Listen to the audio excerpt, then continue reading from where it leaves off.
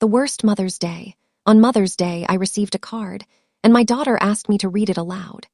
Roses are red, violets are blue, you're a heavy burden. No one wants you here. Everyone laughed. My name is Eleanor Bennett. I'm 74 years old. That morning was the worst humiliation I had ever endured, and I never imagined it would come from my own daughter. The sun streamed through the windows of Sophia's house as I arrived, my favorite blue dress clinging softly to my frame. I carried fresh flowers and homemade treats for the grandchildren. I imagined smiles, laughter, warmth, the kind that only family could provide. "Grandma," shouted the youngest, running into my arms. Their hugs filled my chest with joy. For a fleeting moment, everything seemed perfect. Then I noticed Daniel, my son-in-law. A dry nod was all the acknowledgement I received from him. Sophia emerged from the kitchen, a smile plastered across her face, but her eyes betrayed something else: distance, coldness, calculation. "Mom, I'm so glad you came," she said. "We have a special surprise for you." I settled on the couch, feeling a pang of anticipation. The children gathered at my feet, eyes wide. Sophia handed me a pink card. "Read it out loud so everyone can hear," she said. I opened it, noticing the careful drawings, flowers, hearts, childish scrawls. A soft smile crossed my lips. How sweet, I thought, then I began reading. "Roses are red, violets are." My voice faltered. The next lines tore through me. "You're a heavy burden, no one wants you here, your time has passed, it's time for you to go. Your family." The room went silent. Then Daniel laughed, a cruel, mocking laugh. Sophia tried to cover her mouth, but I could see her eyes sparkle with amusement. Even the children, confused but picking up on adult cues, began to giggle. "Did you see your face, Mom?" Sophia asked. "You should have seen yourself." Tears streamed down my cheeks. The card slipped from my trembling hands and fluttered to the floor. "It's just a joke," she said, but there was no remorse. Daniel crouched beside the card, smirking. "Relax, Eleanor, but honestly, you've been a bit too present lately. Maybe you should consider other options." I froze. "Other options? There are wonderful senior living communities," Sophia added with a dismissive tone. "People your age, you'd feel more comfortable." Comfortable. The word echoed like a verdict. My own daughter wanted me gone. "I thought I came to celebrate Mother's Day," I whispered. "You are," Daniel replied. "But it's time to be realistic. You're not young anymore, you need special care, we have our own lives." The grandchildren looked at me in confusion. The oldest, barely 8, reached for my hand. "Grandma, why are you crying?" Before I could answer, Sophia pulled him away. "Come here, son, Grandma's fine, she's just sentimental." Alone in that crowded room, I felt more isolated than ever. On the day meant to celebrate me, I had become the joke. I rose slowly, legs trembling. "I think I should go." "'Kay, Mom," Sophia said without rising. "We'll call you later." I walked to the door with what dignity I had left, but inside my world had collapsed. That night in my quiet house, I cried until there were no more tears. Yet something had shifted inside me. The humiliation had awakened something long dormant. I realized that my family had never truly seen who Eleanor Bennett really was. I sat in my old armchair, the same one where I had once held Sophia as a newborn, and let memories flow like a film. Sophia's father left when she was 3. One morning, simply gone. A note on the kitchen table: "I can't do this, I'm sorry." He didn't even say goodbye. I held Sophia tightly that night, whispering, "Your father had to go far away, my love, but I will never leave you." I never did. I worked double shifts at the textile mill for 15 years, my hands full of calluses. Every penny I saved went toward her education. When she wanted to study medicine, I sold my mother's jewelry, the only valuable thing I had. I didn't hesitate. "Mommy, are you sure?" Sophia asked, wide-eyed. "Love," I said, holding her hand, "your education is the most important thing." For 5 long years, I cleaned offices on weekends, came home exhausted, but seeing her study at the dining table made every ache worthwhile. When she graduated, she hugged me tightly. "We did it, Mommy. This wouldn't have been possible without you." Later, Daniel appeared. At first, I liked him: polite, hardworking, seemingly kind. When they married, I contributed half the wedding, $12,000 saved over years. When they bought their first house, I gave them $25,000. I was proud. I was proud of Sophia, proud of the life we had built. Then the grandchildren arrived, the light of my life. I became their free babysitter, waking at 6 a.m., walking 6 blocks, cooking, dressing, playing, reading stories. Sophia came home to a clean house, happy children, and never a word of thanks. At first, there was gratitude. "You're an angel, Mom," Sophia would say. But gradually, the thank yous faded. My opinions became interference. Suggestions were ignored, subtly criticized. Comments became sharper. You don't have the energy you used to. Eleanor, I think you got the vitamins confused again. Maybe you should rest more at home. Still, I gave. I gave and I gave, believing love could overcome indifference. 2 years ago, Daniel lost his job. I began sending $500 a month. Just until he finds something better, they said. But he did find something better. They never stopped receiving it. I paid for school computers, car repairs, kitchen renovations, over and over silently. When Sophia arranged a small family dinner for Daniel's birthday and forgot to invite me, the photos online revealed 20 guests, everyone except me. I cried in silence. I told myself it must have been an oversight. Oversights became a pattern. Canceled lunches. Forgotten birthdays. Annoyance when I appeared unannounced. 3 months ago, the final straw. I overheard Daniel speaking on the patio. Yeah, she's getting really dependent. It's time to move her to a proper place. Blood ran cold.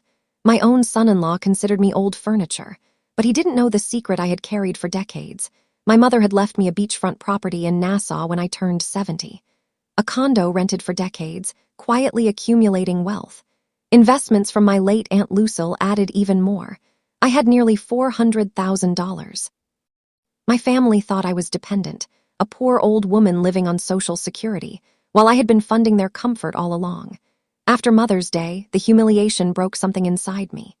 For the first time in years, I saw the truth clearly. I wasn't a burden. I was the one keeping them afloat. I stayed awake all night, planning. I examined bank statements, calculated expenses, and realized I had given them over $67,000 in just 5 years. Weddings, houses, repairs, school supplies, and I had received nothing but disdain. I was done. I would reclaim my life. I would leave for Nassau. I would make them understand the value of Eleanor Bennett, and I would start by rewriting my story entirely. I sank deeper into the old armchair, letting the memories wash over me. Every wrinkle, every ache in my body had a story. Every scar on my hands told of decades spent giving, sacrificing, loving without expectation. Sophia's father had abandoned us when she was barely 3. One morning, I walked into the kitchen to find an empty apartment and a note on the table. I can't do this. I'm sorry. I didn't scream. I didn't cry in front of Sophia. I held her close, whispering, Daddy had to go far away, my love, but I will never leave you. And I didn't. I worked 2 jobs at the textile mill. My hands, raw and calloused, stitched uniforms for strangers while I saved every penny for the daughter who had no father. Each night, when my body ached and my feet were swollen, I would sit at the tiny kitchen table and calculate what I could save for Sophia's education. When she expressed her dream to study medicine, I sold my mother's jewelry. Every delicate piece, every heirloom passed down for generations, gone. Yet when I saw her eyes light up, I knew it was worth it. Mommy, are you sure? She had asked, looking worried. Love, your education is more important than any jewel, I reassured her. During her 5 years at university, I cleaned offices every weekend. I returned home with a back that ached and hands that trembled, but I watched her study at the dining room table with determination that mirrored my own. On graduation day, the tears I shed were tears of relief, pride, and love. We did it, Mommy, she whispered as she hugged me tight. Then Daniel arrived. At first, he seemed perfect. Polite, charming, hardworking, I liked him. I approved. When Sophia married him, I paid half of the $12,000 wedding, years of careful saving. But I wanted my daughter to have the day of her dreams. When they bought their first home, I gave them $25,000 for the down payment. My savings, my security, gone. But their happiness filled my heart, and I told myself it was worth it. And then the grandchildren arrived. 2 beautiful little beings who instantly became the light of my life. I became their caretaker, their guide, their constant presence. Every morning at 6 a.m., I walked 6 blocks to their house, rain or shine, to prepare breakfast, dress them, and guide them to the park. I read stories, sang songs, bandaged scraped knees, and kissed away tears. By evening, I returned home exhausted but fulfilled. When Sophia came home from work, the house was clean, the children were happy, and she often said, I don't know what we'd do without you, Mom. You're an angel. For a while, I believed that my sacrifices were appreciated, but slowly the gratitude faded. The acknowledgement of my efforts became rare. My opinions were questioned. My advice dismissed. Every suggestion, once welcomed, became interference. When I suggested the youngest see a pediatrician for a persistent cough, Daniel had scoffed. Eleanor, were the parents here? That question, dripping with condescension, silenced me for the first time. Then came the subtle comments. Mom, you don't have the energy you used to. Eleanor, I think you got the vitamins confused again. Maybe you should rest more at home. I kept giving. I didn't stop. I thought love meant never pausing, never setting boundaries. 2 years ago, Daniel lost his job. I began sending $500 every month. Just temporary, they said. When he got another job 6 months later, the payments continued, silently expected, silently accepted. I paid for school computers, car repairs, kitchen renovations. Every need they had became mine to fulfill. I began to see the pattern clearly. For decades, I had been the invisible lifeline for my family. My own life, my own needs, always secondary. Then came the humiliations. A year ago, Sophia arranged a birthday dinner for Daniel and neglected to invite me. The photos online revealed 20 guests, everyone except me. I called her. Why didn't you invite me? I asked, my voice trembling. Oh, Mom, it was a small thing, just the 4 of us. We thought you'd be bored, she said, dismissive. I saw the photos anyway. Everyone was there. Everyone except me. I cried alone that night. I told myself it was an oversight, but oversights became routine. They forgot birthdays. They canceled lunch dates. When I showed up unannounced, I was treated as an intruder. 3 months ago, I overheard Daniel on the phone speaking about me as if I were furniture. She's getting dependent. It's time to move her somewhere appropriate. Blood froze. My own family planned to discard me like trash, but I had a secret they never suspected. When I turned 70, I inherited a beachfront property in Nassau from my mother. It had been rented for decades, the income quietly accumulating in a bank account I never touched. Add to that investments from my late Aunt Lucille, who had left everything to me, and suddenly I wasn't the poor woman they assumed. I had nearly $400,000 for years. I had been quietly funding their lives, helping, loving, supporting. And now, after years of abuse, humiliation, and betrayal, I was ready to reclaim my life. That night, I stayed awake, reviewing my finances. I calculated the money I had given them in the last 5 years, $67,000. Half for the down payment on their house, half for a wedding, monthly support, school computers, car repairs, kitchen renovations, hundreds of small expenses adding up to tens of thousands. And yet the appreciation, the gratitude, the love, none of it. It was time for change. I canceled all automatic payments. I closed the shared accounts. I revised my will. Everything I had intended for them now went to charity, a foundation for abandoned seniors. They would no longer have access to my money. They would have to stand on their own. I bought a plane ticket, first class. I was leaving for Nassau to claim my property and my freedom, and I was going to make them realize the cost of underestimating Eleanor Bennett. The next morning, I woke with a clarity I hadn't felt in decades. The humiliation of Mother's Day was no longer a wound. It had become a catalyst. I refused to be the invisible servant, the financial lifeline, the emotional doormat any longer. I looked in the mirror and saw Eleanor Bennett staring back, not the timid, overworked grandmother who had sacrificed everything for her family. No. This was a woman who had endured betrayal, endured humiliation, endured a lifetime of giving without recognition. And now she would take control. I dressed carefully. Not in a worn dress or frumpy sweater, but in the gray suit I had bought years ago for Sophia's graduation, elegant, strong, commanding. My hair was pulled into a polished bun, my makeup subtle but sharp. I wanted to look the part of the woman they had underestimated. First, I visited the bank. Mr. Henderson, my financial advisor, looked surprised to see me so early. Mrs. Bennett, how can I help you today? He asked politely. I need to make several important changes, I said, my voice firm, unwavering. Over the next 2 hours, I reorganized my accounts. I canceled the automatic $500 monthly transfers to Sophia's account. I closed the joint savings account we had opened for emergencies that they had exploited for years. I transferred funds from my investments to my main checking account. Are you sure about these changes? Mr. Henderson asked cautiously. These are significant moves. Completely sure, I said. This is my money and I will decide how it is used. Next, I went to my lawyer, Mr. Franklin, who had handled my family's legal affairs for decades. I need to completely revise my will, I told him. He paused, adjusting his glasses. Eleanor, this is a major decision. Are you certain? I've never been more certain in my life, I said. Everything previously designated for Sophia and Daniel will now go to a foundation for abandoned seniors. My grandchildren will have access to a trust, but only when they turn 25 and maintain a genuine relationship with me. Not for convenience, not for financial gain, but for true connection. Franklin studied me silently, clearly weighing the woman before him against the Eleanor he had known for years. This. Drastic, he said. Then it's long overdue, I replied. After the legal matters, I went to the travel agency.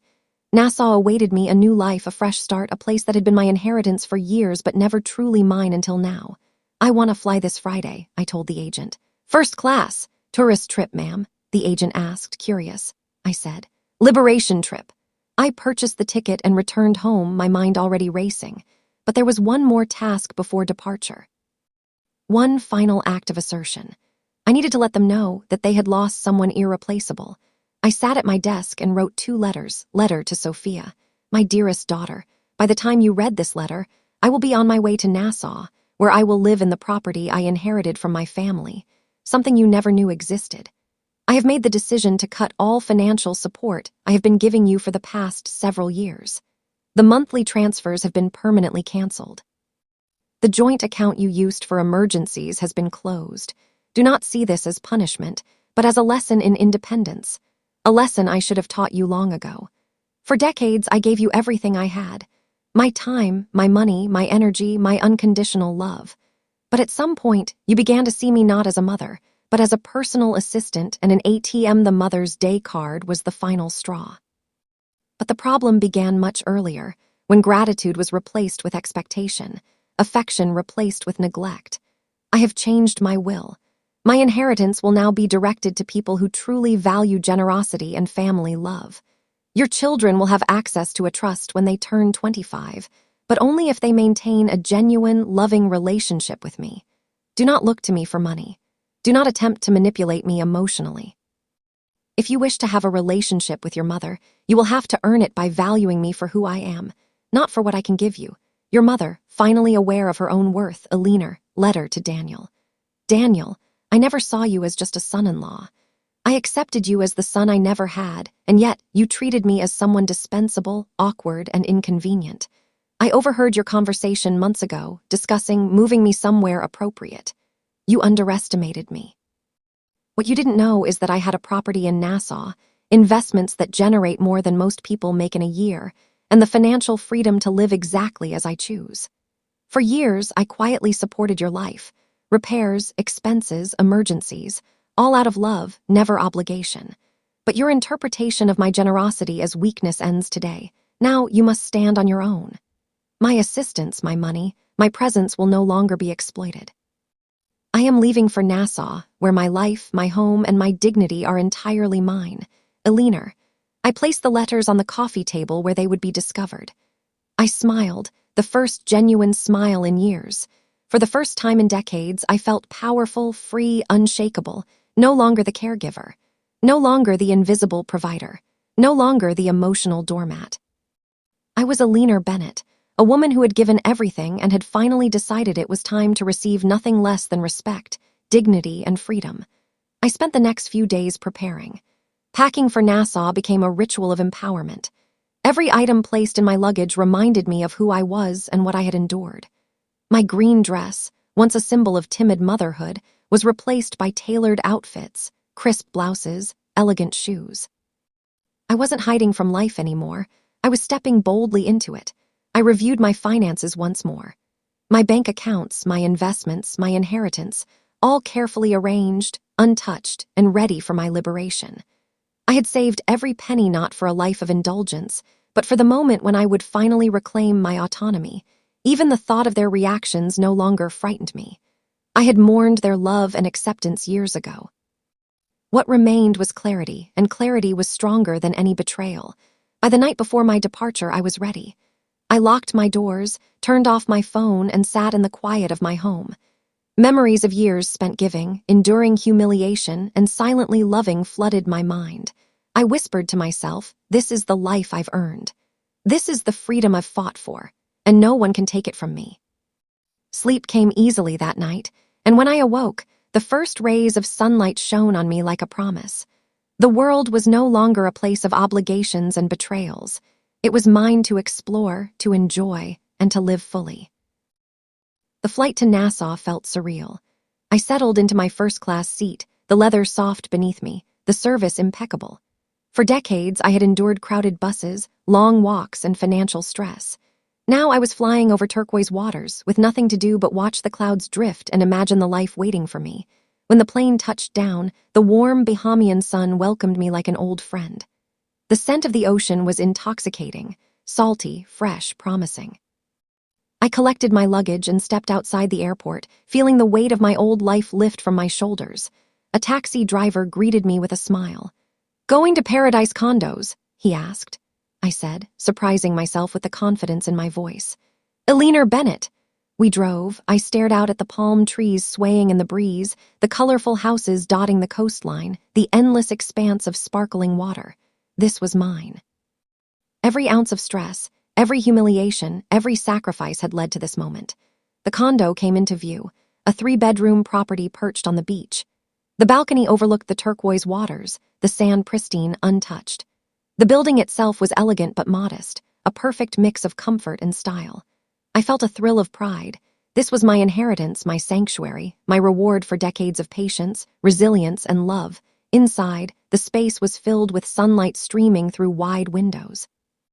The smell of the sea mingled with the faint scent of polish and freshness from the property management company, which had maintained it for years. The condo was furnished simply but beautifully, each piece reflecting elegance without extravagance. I walked barefoot across the polished floors, running my fingers over the balcony railing. I closed my eyes and breathed deeply, letting the sound of the waves wash away decades of pain. No one's voice demanded anything of me here. No one expected me to give more than I wanted to. I unpacked slowly, savoring the process. Every item placed on the shelves, every piece of clothing folded neatly in the drawers, was a small act of reclaiming my life. I paused before my reflection in the bedroom mirror, smiling at the woman who stared back. Eleanor Bennett, free, powerful, untouchable, the first night. That evening, I sat on the balcony with a glass of wine, watching the sun sink into the horizon. The colors orange, pink, purple blended seamlessly with the turquoise sea, creating a masterpiece no human could replicate. I felt an exhilaration I hadn't known since I was a young mother, before the years of sacrifice and heartbreak had clouded my life. I thought of Sophia, Daniel, Michael, the people who had taken my love, my money, and my dignity for granted. For years, they assumed I was dependent, weak, and easily replaced. But they didn't know the truth. They had underestimated me, as so many others had before. I whispered to the wind, "You thought I was powerless." You were wrong. For the first time, I felt the weight of decades lift. I was no longer just a grandmother, a mother, a caretaker. I was Eleanor Bennett, the woman who had endured, survived, and emerged stronger than ever. The following days were a revelation. I walked along the beaches, the sand warm beneath my feet.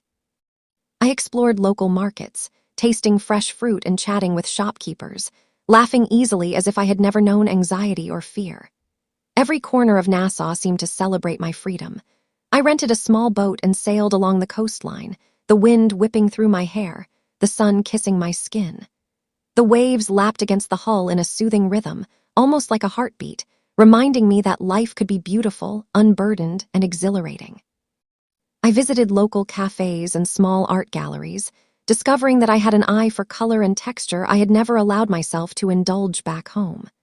I bought a few pieces, paintings of the ocean, vibrant local crafts, and delicate jewelry to commemorate my new beginning. Each day, I felt the old Eleanor fading, the one who had spent decades invisible, overlooked, and undervalued. And each night, I relished the new Eleanor, the one who had chosen herself, who had refused to be mistreated, who had reclaimed her dignity, reflection, and clarity. One evening, sitting with my feet in the sand and the moonlight dancing on the waves, I reflected on my life. Every hardship, every humiliation, every sacrifice had led me to this moment. And I realized something profound. Freedom wasn't just about leaving my family or reclaiming financial independence. Freedom was about valuing myself, recognizing my worth, and refusing to accept anything less than respect and love. For the first time, I understood something I had never allowed myself to believe. I didn't need anyone to define me. I was enough. I wrote in my journal, a practice I had started years ago but abandoned under the weight of family obligations, documenting every feeling, every realization, every small victory. Each word was a declaration. I am Eleanor Bennett. I am free. I am worthy. a new purpose. As the days passed, I began to think of ways to use my wealth and freedom for good. I had designated a foundation for abandoned seniors in my revised will, but now I felt compelled to do more. I researched local charities, spoke to community leaders, and planned small initiatives to help seniors in Nassau and beyond. I realized that my giving had always been my strength, and now I could give without fear of exploitation. The joy of helping others on my own terms felt far richer than any gift I had given to ungrateful family members. For the first time, giving felt like empowerment, not obligation. A letter revisited. One afternoon, as I watched the waves, I thought of Sophia and Daniel again. I had sent the letters, but I knew they hadn't fully grasped the woman they had underestimated. I smiled, imagining their shock when they realized I had everything they thought I lacked: freedom, wealth, and dignity. For decades, they had treated me as invisible. Now I was untouchable. I was untouchable because I no longer depended on their approval, their gratitude, or their love. My life was mine, and I could live it boldly, unapologetically. The condo in Nassau became more than a home. It was a symbol, a sanctuary, a declaration. Every sunrise over the ocean was a reminder. Eleanor Bennett was no longer anyone's burden. She was her own person, finally and fully.